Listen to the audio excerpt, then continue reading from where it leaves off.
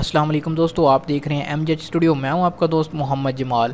Saudi अरब के हवाले से एक और नई वीडियो लेकर आपकी खिदमत के अंदर हाज़िर हूं। दोस्तों, सऊदी दारुल हुकूमत रियाज़ यके बाद दीगरे 4 धमाकों से लरज़ उठा, अवाम में शदीद खौफ व हरास है।